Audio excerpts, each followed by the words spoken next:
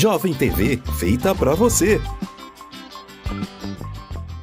O uso de uniformes dentro da empresa mostra um diferente nível de organização e seriedade. Com isso, a Bordo Tudo é uma empresa comprometida com a qualidade e prazo de entrega. Trabalhamos com uniformes para condomínio, pousada, restaurantes, com material completo ou somente bordado. Crie uma identidade única para o seu negócio. Bordo Tudo, telefone e WhatsApp 22 98852 9493.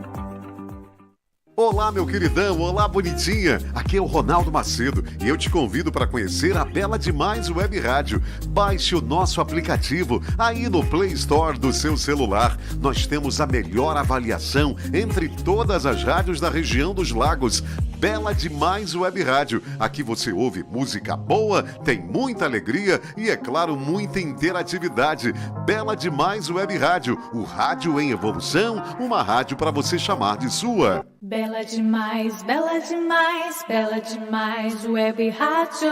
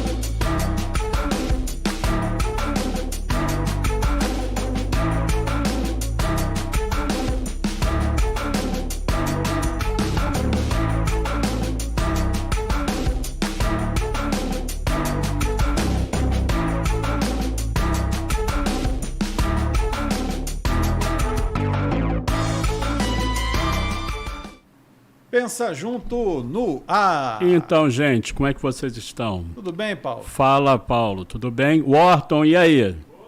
Hoje vai ter que filme? Divertidamente. Isso aí. Vocês estão bem?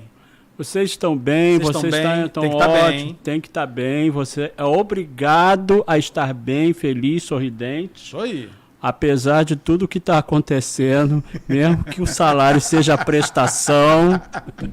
Mesmo que tudo, fique feliz. Porque o tema hoje qual é? Positividade tóxica de Chernobyl. Cara, eu acho que a situação, cara, não tem como falar, né, cara? Não tem como não falar.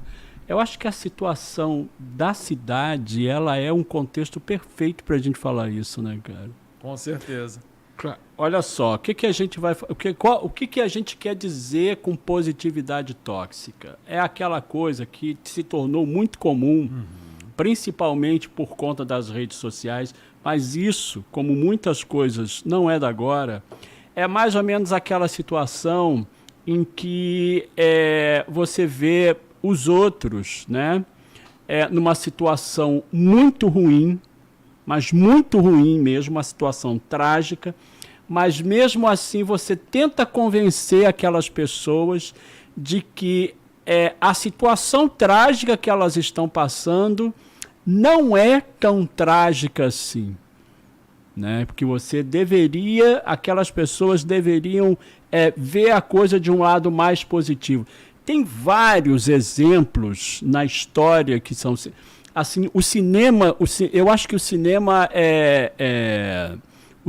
trabalha muito bem com essa temática. Eu não sei se o Wharton conhece, eu acho que esse filme é sueco. É um filme chamado Minha Vida de Cachorro. Ah, sim. Minha Vida de Cachorro. É um filme antigo. Né? É muito antigo. Muito, é filme antigo dos tempos de Estação Botafogo e Estação Paissandu, lá na Flamengo. Minha Vida de Cachorro é um filme assim, é a história de um menino em que a vida dele é totalmente trágica. Ele passa por várias peripécias, várias vicissitudes, né? E aí, mesmo assim, acontece uma coisa trágica, ele fala assim, mas poderia ser pior. Exatamente. Mas poderia ser pior. Então, assim, acontecem várias tragédias na vida do garoto. Perde os pais, uma cacetada de coisas. E cada coisa ruim que acontece, ele diz assim, mas poderia ser pior, né? O que acontece é que nos dias de hoje você tem esse tipo de sentimento, né, amplificado. Antes era só uma ficção do filme lá do Minha Vida de Cachorro, mas agora não. Agora você vê situações em que as pessoas passam por vicissitudes muito sérias, trágicas mesmo, mas sempre aparece alguém no sentido de dizer assim, não, cara, veja pelo lado positivo, entendeu? Eu acho que essa conversa de hoje é meio que uma continuação, né, daquela outra conversa que a gente teve sobre a sinalização de virtude, Sim, né? de forma sim. Porque de uma certa maneira, você chegar e falar para o outro, né, que a situação trágica que ele está passando não é tão trágica assim, porque é uma questão de ponto de vista. Ele poderia ver a coisa de uma maneira melhor, como o menino do filme, né, Minha Vida de Cachorro.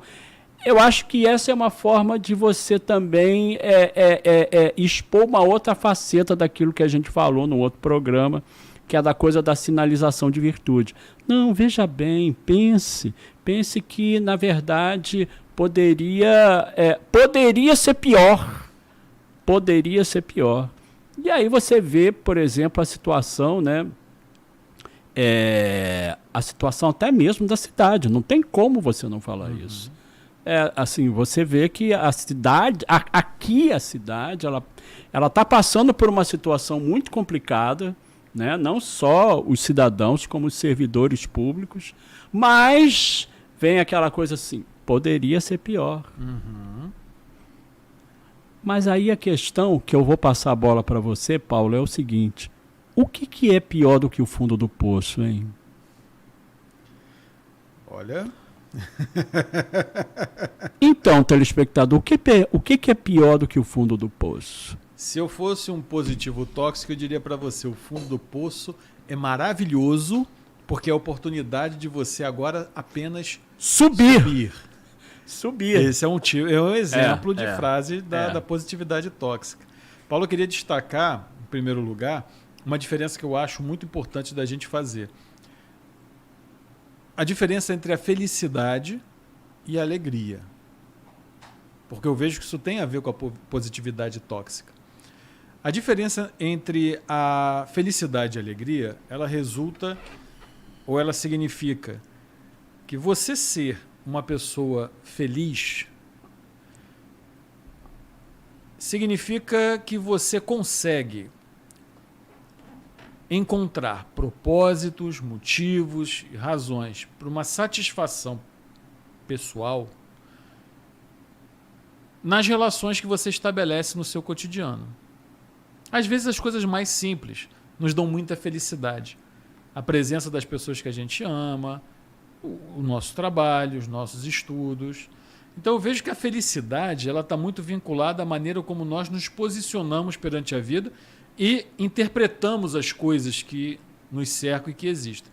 A alegria ela é efêmera. A alegria ela é momentânea. A alegria é um pico de sentimento. E a gente acredita que esse pico de sentimento tão poderoso que é a alegria, ela deve ser confundida com a felicidade, ela deve ser perene, eterna, constante, senão a gente não é feliz. Então, quando você mistura essas duas estações, é um banquete para os positivos tóxicos operarem. Porque não, você não vai ser alegre o tempo inteiro. A sua vida não vai ser composta de momentos alegres a todo tempo. Ainda que na maior parte do seu tempo você possa ser uma pessoa feliz. Então esse é o primeiro ponto. O segundo ponto que eu acho complicado da questão da positividade tóxica é que ela nega ao outro, conforme você falou, ela nega ao outro o direito que ele tem de sofrer, de vivenciar uma experiência negativa, de passar por problemas. Quando você nega o outro, o expor o sentimento, quando você já despeja em cima dele um caminhão com toneladas de frases de efeitos dessa positividade tóxica, você sufoca o sentimento que a pessoa tem ali naquele momento e que ela precisa é de um suporte, de um apoio, para que ela possa processar tudo aquilo, botar para fora, entender. Vou dar um exemplo. O sujeito perde o emprego. Depois eu vou falar de uma situação. O sujeito perde um emprego.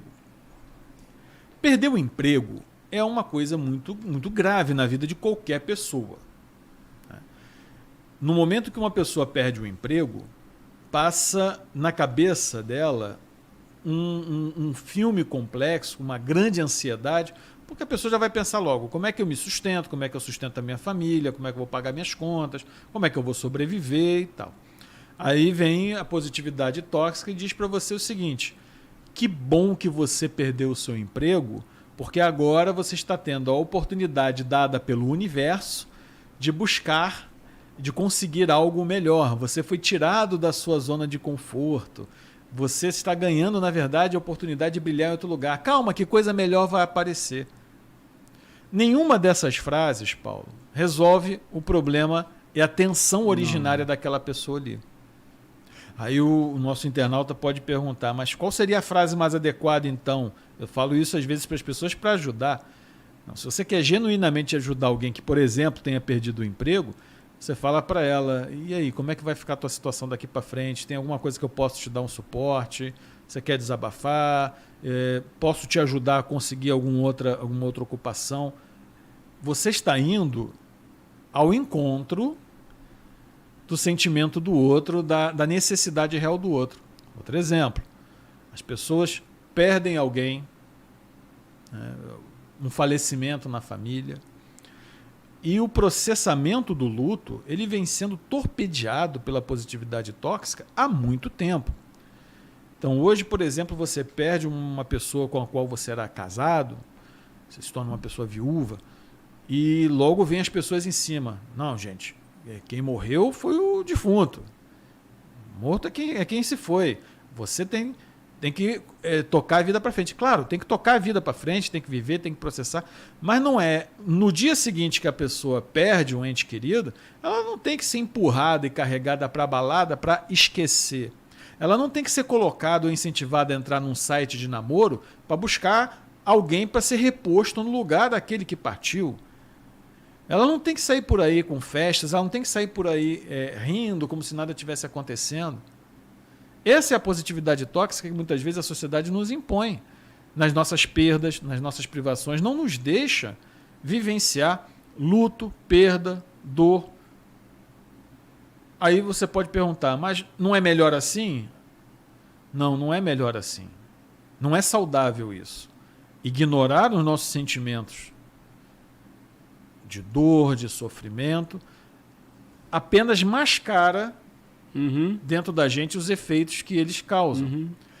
E uma hora isso vai estourar. E uma hora a conta vai chegar na forma de uma melancolia, de uma depressão, de uma ansiedade, de uma neurose.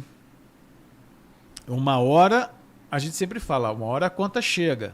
É o exemplo que a gente dá do saco de pedra. Você vai botando pedra no saco que você está carregando nas costas. Uma hora ele fica tão pesado que você não consegue mais carregar. E essas experiências, elas fazem parte da nossa humanidade. Perda, luto, dor, sofrimento, doença, dificuldades. O importante é nós criarmos, sim, uma rede de suporte, seja ele através de terapia, seja ele através da nossa espiritualidade, seja através dos amigos. Ter nesses processos aquilo que efetivamente nós precisamos para aprender a lidar efetivamente com esses momentos. E tem pessoas também, Paulo, que são tão sufocadas na sua dor e na sua angústia que elas não querem nem demonstrar uma alegria tóxica ou uma felicidade tóxica, mas elas acabam fingindo estar tudo bem, sorrindo, Porque o seu meio a impede de vivenciar com autenticidade aquilo que ela está sentindo. Então, se a pessoa está num meio onde se diz que quem chora é fraco, de quem se lamenta por um processo é fraco, é medíocre, é menor, é covarde, o que a pessoa vai fazer? Ela vai começar a fingir. Quantas pessoas que estão passando nesse momento por processos depressivos severos, inclusive alguns processos depressivos já com ideações, né, de terminar com a própria vida, e que quando isso acontece, muitas pessoas ficam surpresas, mas ele estava na festa aqui ontem, ele estava aqui sorrindo com a gente, estava brincando, como é que isso aconteceu logo no dia seguinte? Ninguém reparou? Ou não quiseram reparar, porque a máscara da positividade tóxica faz com que a gente tenda a simplificar a complexidade da vida, dizendo, tá tudo bem. Pois eu vou dar um salto nessa conversa, eu vou dar um salto para o pensamento social. Quando eu comecei essa fala, no sentido de que essa questão de você ter isso que hoje é chamado de positividade tóxica, quando eu falei que isso não é novo, né? Foi no sentido de que, de uma certa maneira, aquilo que a gente poderia chamar de caráter nacional, ou pelo menos aquilo que alguns intelectuais, né, alguns pensadores denominaram como caráter nacional, alguns deles identificaram isso. Eles não denominaram na época como positividade tóxica, mas eles identificaram essas características. Um deles foi um que é muito pouco lido e citado, é um cara chamado Paulo Prado.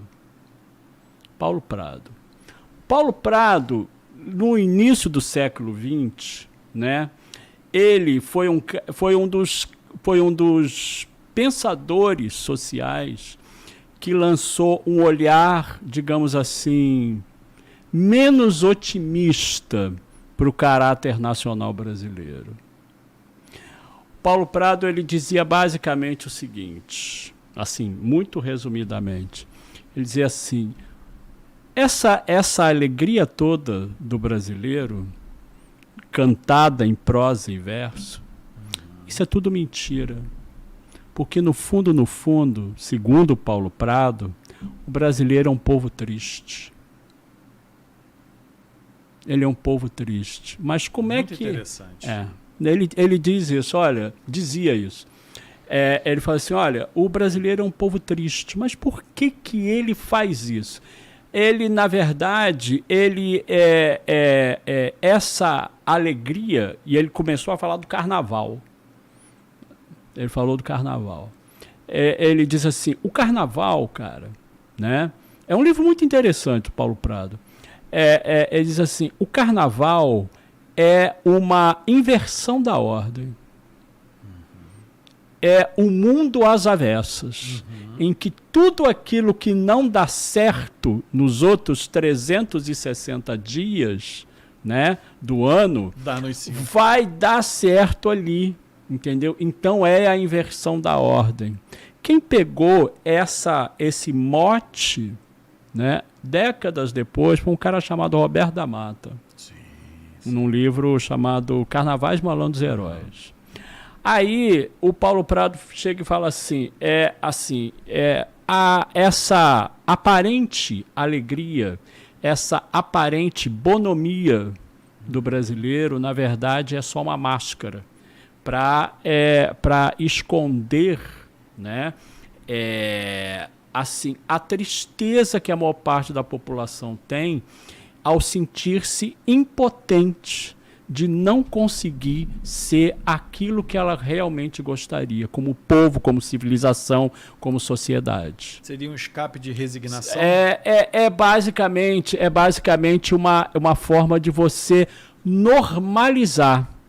Olha, se nós não somos o povo que nós gostaríamos de ser, civilizado, branco até, entendeu? Se nós não somos tudo isso, que nós, pelo menos, saibamos rir da nossa desgraça. Entendeu? Então, o Paulo Prado captou isso. Né? Ele captou essa coisa de que assim, o brasileiro, no fundo, é uma pessoa triste.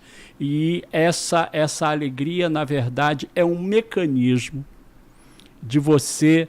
É um mecanismo para você compensar o fato de que, no fundo, você está normalizando isso.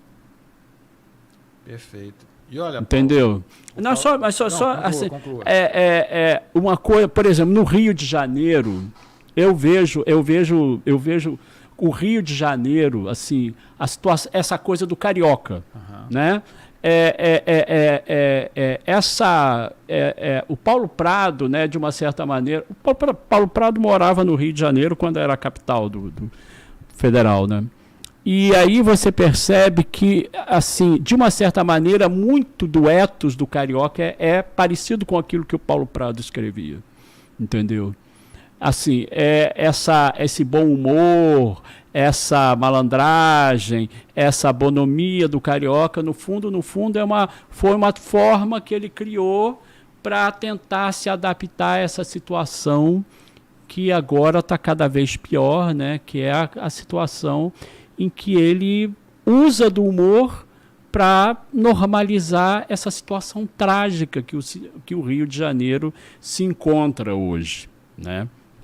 Então, por exemplo, eu morei muitos anos no subúrbio. E uma coisa que sempre me espantava, Paulo, só para antes de passar a bola para você, assim, uma coisa que sempre me espantava era que quando, assim, na época, já nos anos 90, final dos anos 90, começo dos anos 2000, quando a violência já estava estratosférica e já estava chegando ao que é hoje, entendeu? Eu percebi uma coisa que era o seguinte, por exemplo, eu entrava no ônibus, né? Na noite anterior tinha havido um tiroteio, cara, mas um tiroteio de aparecer no Jornal da Globo, você está entendendo? E, no entanto, eu entrava no ônibus, as pessoas conversavam como se nada estivesse acontecendo. Aí eu ficava pensando assim, gente, será que eu estou maluco? Será que só eu é que ouvi isso? Entendeu? Será que nenhuma dessas pessoas daqui não ouviu absolutamente nada disso? Né?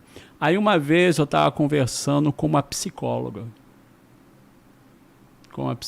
Ela chegou e falou assim, Paulo, esse silêncio aí não é indiferença, esse silêncio é medo. E o que acontece quando a pessoa vive todo dia com medo, Paulo? Não há sistema psicológico que resista a isso. Exatamente. Não há sistema psicológico. Em algum ponto da sua psique, essa convivência continuada com o medo vai bater.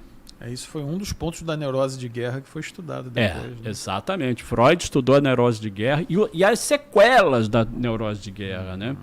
E aí o que acontece? Quando você vive, né, numa situação cotidiana de medo, mas você não externaliza isso, porque é melhor você achar de que está tudo normal, entendeu? Em algum momento essa conta vai chegar para essas pessoas, seja do ponto de vista físico, seja do ponto de vista psíquico, entendeu? E aí você começa a entender, por exemplo, por que você está vendo uma epidemia, né? Uma epidemia de transtornos sociais em vários bairros do Rio de Janeiro. Entendeu?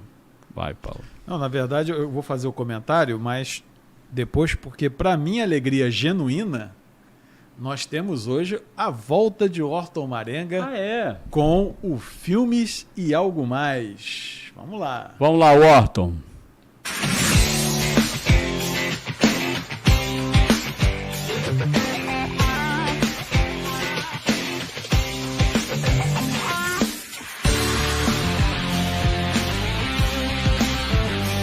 Fala aí, pessoal do canal Filmes e Algo Mais. E hoje aqui nós vamos falar um pouco sobre positividade tóxica. E, consecutivamente, nós temos que escolher um filme relacionado a esse tema, né? Agradecer primeiramente aos nossos parceiros, o Paulo Cotias, Paulo Roberto, que dão essa oportunidade para a gente poder estar fazendo parte do programa Pensar Junto nessa nova temporada, e depois de um tempo parado, retornamos às nossas dicas de filmes e falar sobre o tema que eles acabam colocando para poder a gente debater. E um deles, no caso, é a positividade tóxica. E para a gente falar sobre esse tema, nada mais, nada menos do que a gente falar sobre um dos filmes que fez um maior sucesso, já teve uma continuação agora há pouco tempo, que é o Divertidamente. Gente, assim, por incrível que pareça, mas um desenho desse, ele tem uma capacidade muito interessante de falar sobre justamente a positividade tóxica, né? Até quando que a nossa positividade ela possa se tornar algo extremamente tóxico para algumas pessoas. Então, esse é o tema do nosso quadro de hoje, de Filmes e Algo Mais, e falando sobre Divertidamente. O Divertidamente, para quem conhece, ou para quem não conhece, vamos lá, fala sobre a história da Riley, né? Que é uma menina que está florescendo, está crescendo, e automaticamente ela tem... nós entramos no cérebro dela e a gente acaba descobrindo as suas emoções, como raiva, alegria, tristeza, medo, tudo isso que está ali incorporado. E o que é legal é que eles acabam controlando, né, essas emoções através de uma mesa. Então, uma vez que você chega numa determinada situação, um determinado sentimento acaba tomando conta dali. Tipo, ela vai ter um fio ali que pode dar um choque nela. E entra o medo tomando conta daquilo para poder ter o controle da situação, né? Mas, boa parte do tempo, quem controla aquilo tudo é a alegria. E é justamente nesse ponto que a gente acaba chegando, porque a alegria, por ela ser extremamente contagiante, ela acaba esquecendo que existem os outros sentimentos, as outras emoções que tem que estar ali à flor da pele para que assim ela possa aprender. E a Riley e o sentimento de alegria acaba impedindo que essas coisas aconteçam, até mesmo causam um acidente que pode até mesmo custear algo muito importante na vida da Riley. Então, e é nessa vertente que nós vamos conseguir, seguir, porque pela alegria ela ser extremamente contagiosa, por ela ser uma coisa que ela assim, por ela ser o sentimento dominante dali, ela evita que alguns sentimentos acabem florescendo e assim evitando determinadas situações. Um clássico exemplo disso são quem for ver o filme, são as memórias bases, né? Tipo, uma determinada memória que aparece ali, uma memória que ela acaba tendo, uma memória que é extremamente importante, que acaba se gerando e isso fica na consciência. Quem nunca se pegou e vendo, um determinado momento importante na minha vida que aconteceu isso, um determinado momento importante que aconteceu aquilo, que às vezes faz a gente rir, uma determinada lembrança que faz a gente chorar. Isso tudo está ali incorporado e que é gerado através dessa mesa de controle a qual os sentimentos elas têm acesso. E com isso, a alegria evita que a tristeza fique tentando tomar conta ali daquela mesa, daquele controle, gerando assim uma grande confusão. O que o filme faz a gente refletir é justamente porque existem coisas que o ser humano precisa realmente passar para poder a gente aprender. Quem nunca aprendeu com uma decepção amorosa? Quem nunca aprendeu com uma decepção, uma perda de emprego, ou uma perda mesmo na família, ou alguma pessoa muito próxima, e não teve que lidar com isso, né? Afinal, faz parte do nosso crescimento, tanto física, tanto emocionalmente. E no caso da alegria, ela percebe que, por ela ser um sentimento extremamente contagiante, a alegria é uma coisa muito contagiante, ela não percebe que, justamente por ela ser contagiante, pode causar um mal para alguns outros sentimentos ou algumas outras pessoas, como é o que acontece no filme se você for ver, que é quando ela evita que a tristeza tente pegar uma determinada memória, e com isso elas são sugadas e elas têm que voltar para a mesa de controle. Porque uma vez assim, os sentimentos dela vão se desfalecendo e pode simplesmente se tornar uma pessoa fria, uma pessoa vazia, uma pessoa que não tem sentimento, né? Justamente por isso, porque os sentimentos dela vão sair, eles precisam estar conectados. É algo muito, muito interessante de você pegar esse filme e você começar a analisar, inclusive, a continuação dele, que já mostra alguns sintomas, como a depressão, como o TDAH, que também são outros sentimentos que aparecem e que acabam levando, né, muitas pessoas que foram assistir o filme acabaram se identificando com os sintomas que são abordados no filme. O Divertidamente acaba levando essa questão justamente pela alegria ser tão contagiosa, mas ela querer ser a parte dominante e que evita com que a própria Riley, a própria pessoa com que ela tem que lida com esses sentimentos, evite passar por determinadas coisas. E assim ocasionando, obviamente, o crescimento da própria Riley, né? Que a alegria tanto defende e evita, assim, proteger, cria uma camada de proteção tão forte em cima da Riley que evita, assim, fazer com que ela se machuque, né? Então, essa positividade tóxica que a alegria ela acaba passando, faz isso. E o filme, Divertidamente, levanta esse questionamento, né? Até quando que a gente, né, precisa realmente ser tão forte? Ou será que a sua positividade hoje em dia, inclusive hoje em dia, né? Porque ser uma coisa positiva, ou você realmente ser uma pessoa muito, muito feliz, será que não vai incomodar alguém? Ou será que a sua felicidade pode causar algo ruim para uma determinada pessoa, até mesmo seu cônjuge? Então, são coisas assim que você vai parar para você analisar e que o filme Divertidamente com certeza vai levar a você nesse questionamento. Então a dica de hoje, gente, é Divertidamente, um filme da Disney muito divertido e que faz a gente ter esse questionamento. Então, até a próxima, pessoal. Bons filmes.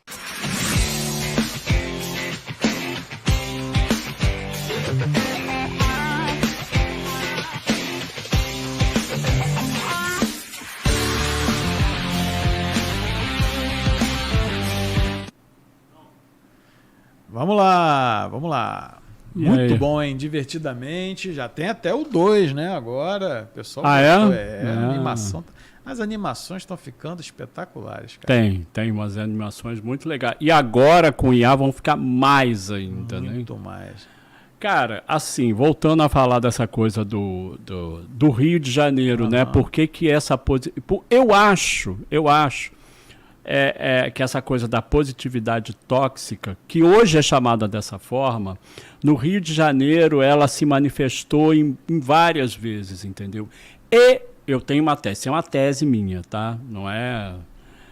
eu tenho uma tese de que isso contribuiu muito para desagregação, né, da mobilização da sociedade civil no Rio de Janeiro contra o estado em que ela se encontra. Entendeu? O que eu quero dizer com isso? Eu acho que a partir de um determinado momento, a elite, né, no Rio de Janeiro, e aí principalmente a elite, digamos assim, intelectual, né, ela via, por exemplo, a questão social da favela, né? O que ela dizia? Assim, pô, a favela é trágica, mas o sambista é legal. Entendeu? Ou seja, de uma certa maneira, né, assim, a intelectualidade ela começou a idealizar? A romantizar, né? a romantizar essa situação, né, no sentido de que, assim, poxa, a população favelada, de uma certa maneira, a população mais pobre do Rio de Janeiro, ela, de uma certa maneira, ela sofre muito, mas ela é autêntica, ela é alegre, ela é resiliente, ela é malandra, ela é sensual, ela é isso, ela é aquilo. mas a situação dessa população continuou se degradando, entendeu? E essa versão romantizada, ela foi se consolidando. Ela foi se consolidando. Então, hoje, você vê o quê? Você vê uma situação que é basicamente o quê? Que é basicamente de uma elite intelectual que não consegue mais se comunicar com essas pessoas. Ela não consegue mais ter acesso à maneira como essas pessoas pensam, porque, na minha opinião, elas idealizaram a tal ponto, entendeu? Que a vida real dessas pessoas na periferia é inteiramente diferente daquilo que elas acham que é a vida dessas pessoas, entendeu?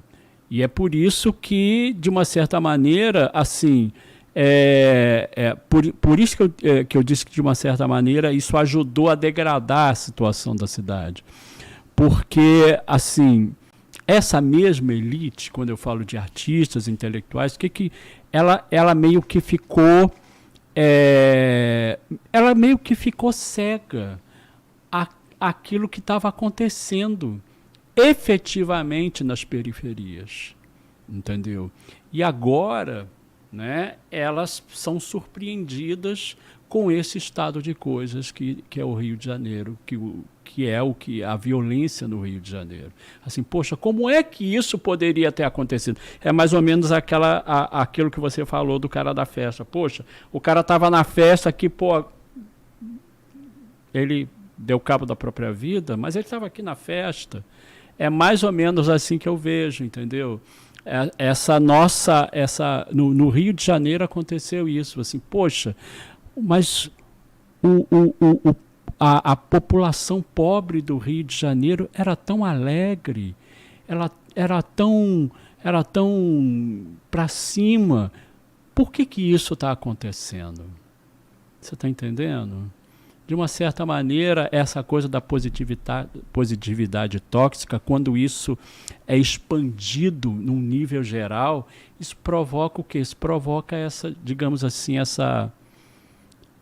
como é que se poderia chamar de... Não é uma indiferença, mas assim, um alinhamento. A positividade tóxica é uma forma de alinhamento. Na minha opinião, né, Paulo? Sim. Eu queria pegar esse gancho teu e falar um pouquinho sobre a questão da positividade tóxica relacionado a essa vida comunitária, essa vida política dentro de uma cidade. Como é que eu enxergo essa situação? Quando você tem uma camada social que efetivamente está se beneficiando de alguma maneira dos espaços na coisa pública oferecidas pelo grupo que está no poder, ou seja, a pessoa que recebe alguma benesse, ou já recebeu efetivamente, já foi encaixada no esquema, e aqueles que estão na expectativa de receberem alguma coisa, algum cargo, alguma prebenda, alguma facilidade, essas pessoas elas começam a atuar como operadoras do otimismo tóxico ou da positividade tóxica. Porque elas, na sua percepção de que efetivamente a vida delas está sendo resolvida ou será resolvida em breve, na expectativa, começam a fazer a defesa apaixonada e irrealista daqueles que estão no poder, dos quais ela nutre a expectativa de que as coisas se resolverão. Então é aquela pessoa que ou já está num cargo, ou vai ganhar um cargo, alguma coisa, e começa a falar, calma, vai melhorar, tá tudo bem, tá melhorando. E não está melhorando para as pessoas, para a grande maioria das pessoas. Aí vamos para essas pessoas, o outro lado. Por que essas pessoas parecem estar num estado de alinhamento? Eu observo isso mais como um escapismo vinculado a uma conformidade. Porque as pessoas olham o seguinte, cara, de novo, entra político, sai político, entra grupo, sai grupo, a gente vê a mesma coisa. É fanfarronice em rede social, é demagogia, é descontrole de gasto, é esquema, é desvio. Toda hora a mesma coisa. Feudos de poder. Então, não é que a pessoa de repente só se alivie ou pense que não, poderia estar pior, né? Eu penso que a pessoa acaba se conformando porque ela olha assim para cima e vai dizer, pô, mas como é que isso vai mudar? Como é que isso muda?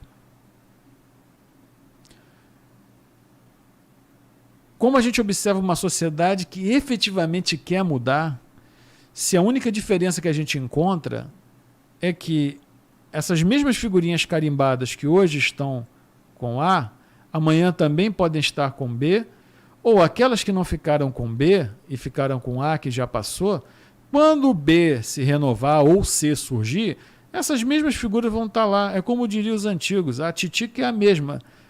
Aliás, a titica muda às vezes, as moscas não. Continuam no mesmo ataque.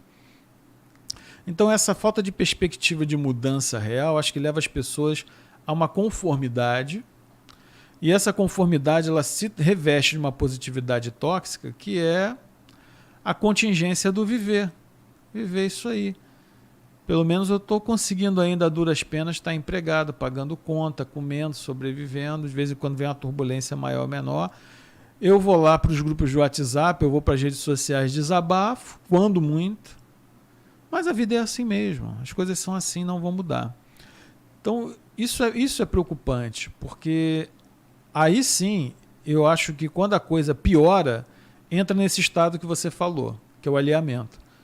O alinhamento já é o seguinte, cara, eu já estou conformado, eu já sei que nada vai mudar e a partir de agora deixa a vida me levar, não vou pensar nisso, eu vou curtir o show, eu vou curtir aqui a festa, eu vou...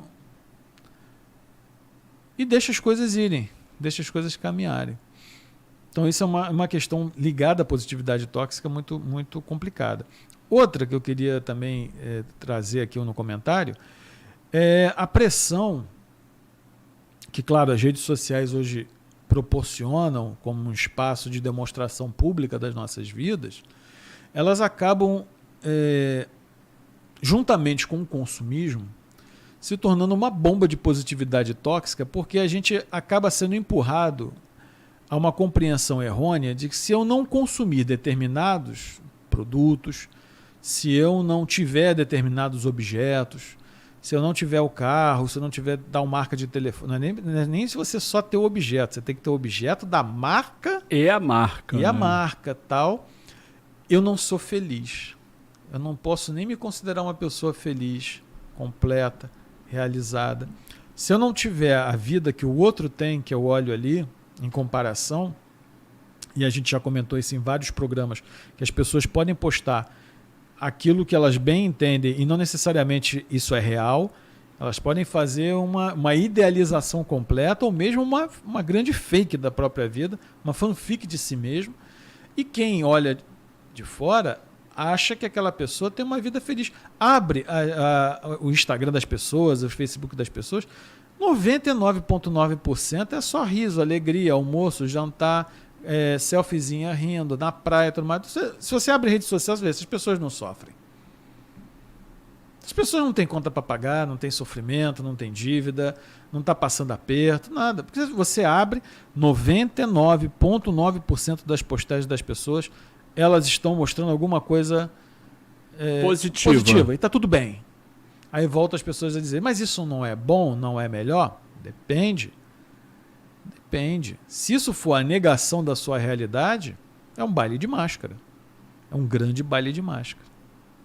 Isso não significa que o pensamento positivo não deva ser cultivado. Pelo contrário, a gente deve cultivar o pensamento positivo, a gente deve cultivar uma atitude otimista perante a vida. Isso é muito importante. Mas isso não pode se tornar uma panaceia da gente começar a achar que qualquer coisa tá bom, qualquer coisa serve. Às vezes você se torna até uma pessoa insensível Mas é disso que eu estou à falando. dor do outro, né? Da pessoa, de repente, ela recebeu uma notícia que está com uma doença mais complicada e vai passar por um tratamento mais trabalhoso, ou está passando por uma situação de perda, ou de emprego, ou de pessoas, ou está sofrendo de alguma questão, né? Ou possui algum transtorno. E a gente se torna indiferente ao outro, nem ouve, a gente não pratica nem a escuta acolhedora do outro. A gente já bombardeia o outro de culpa. Mas você tem, aí o dedo começa. Mas você não pode ficar assim, cara. Você não deve se comportar dessa maneira. Você tem que se levantar. Você tem que fazer, tem que acontecer. Dar ordem imperativa aos outros equivale, vou dar aquele exemplo do poço que você, né, deu. A gente tem a positividade tóxica diz: você está aí no poço, né? O poço é todo cimentado. Vamos imaginar o poço.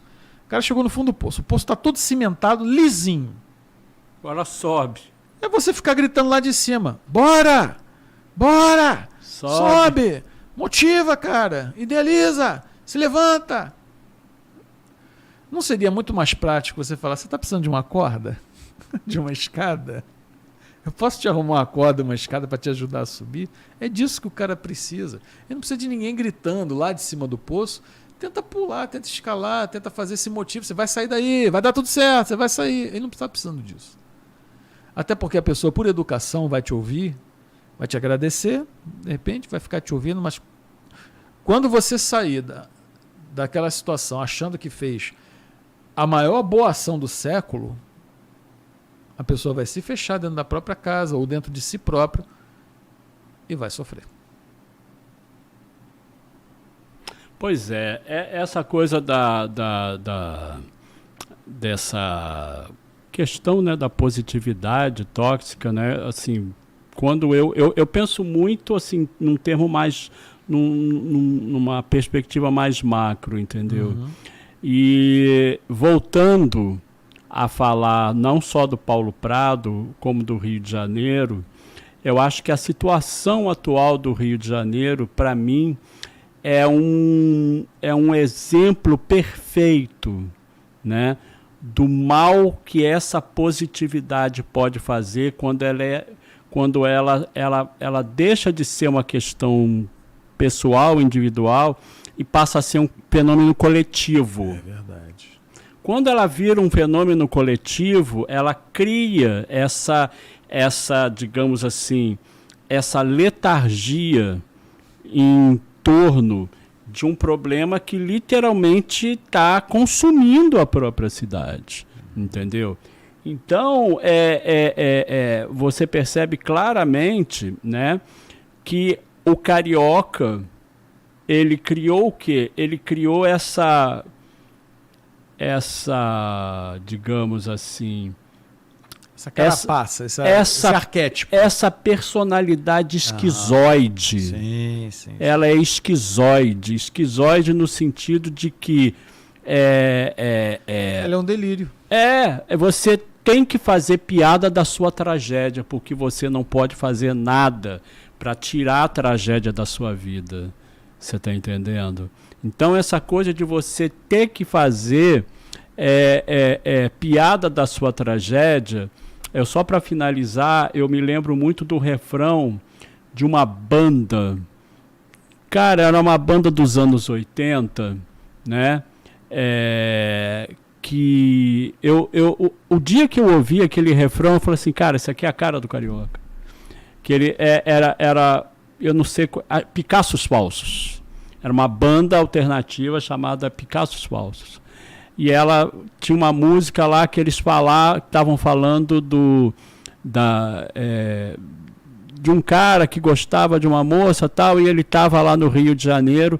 Aí no meio do refrão ele fala uma coisa assim, ele fala da tristeza do carioca, e ele fala assim, eu vejo o carioca se encharcar, eu vejo a tristeza se encharcar de alegria. É isso. E é isso. É isso, gente. É isso. Pessoal, próxima semana estamos juntos. Que Tchau, vocês gente. tenham uma vida positiva e verdadeiramente De verdade. feliz. Tchau. Até a próxima.